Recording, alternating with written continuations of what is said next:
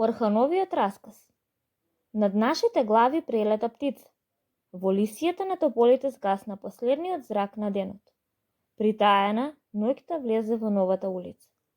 Играта на Орхан остана недовршена и тој се повлече во работната соба на татка си. Орхановиот татко е писател. Орхан реши да напише расказ. Застана над машината и почна да пишува. Т, м, д. Според Орхана, расказот беше готов. Тоа беше повеќе почувствуван и повеќе доживеан расказ од оние што ги пишуваше татко му. Таа ноќ Орхан сонуваше на љубави работи. Птица, облак, дрво. Кога се разбуди татка си, го најде во неговата работна соба. Тате, дали ти се допадна мојот расказ? Праша Орхан. Кој расказ? Рече татко му. Ете овој, одговори Орхан, покажувајќи го напишаното.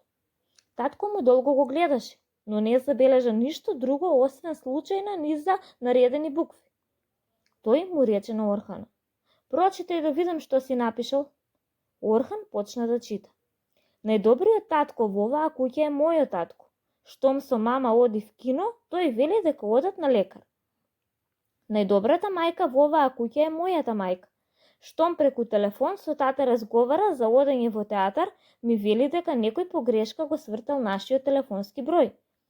Најдобрата баба во оваа куќа е мојата баба. Штом побарам да јадам повеќе сладки, таа ми вели оти од тоа ќе ми се расипат зъбите. Најдобриот дедо во оваа куќа е мојот дедо. Штом појдеме в парк и почне да чита весник, постојано вели дека личи на децата кои прават незгоди. Орхан го заврши читањето, а татко му не рече ни збор. Зарем можеше да рече што и да е?